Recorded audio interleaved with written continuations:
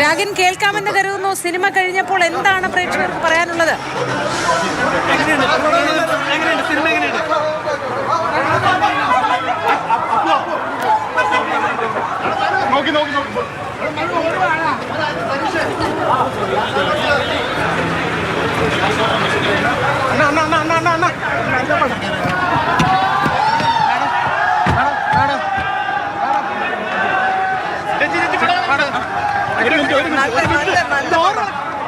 ഒരു മിനിറ്റ് ഞാൻ പറയാം.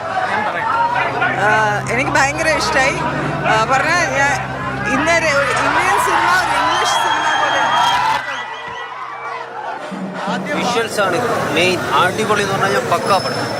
പ്രതീക്ഷിച്ചതിനെക്കാട്ടും നല്ല സൂപ്പറായിട്ടൊക്കെ ചെയ്തിട്ടുണ്ട്. പിന്നെ പൃഥ്വിരാജിന്റെ മേക്കിങ്ങും പിന്നെ എല്ലാം നന്നായിട്ട് തന്നെയുണ്ട്. മാത്രമല്ല ബോളിവുഡ് ലെവലിലാണ് ഫുള്ള് ക്വാളിറ്റിയിൽ ചെയ്തിരിക്കുന്നത്. മാത്രമല്ല മോഹൻലാലിന്റെ ഒരു കമ്പാക്ക് തന്നെ പറയാം. ലൂസിഫറാണോ എമ്പുരാനാണോ? എന്തായാലും അടിപൊളിയായിട്ടുണ്ട്. സുരാട്ടൻ പറയാൻ ചെങ്കൽ പൊളിയാണ് പൊളിച്ചിരിക്കുന്നത്. എല്ലാം ഒന്നും പറയില്ല. പ്രതീക്ഷ മോളി പോയോ? പ്രതീക്ഷ അപ്പുറം പോയി.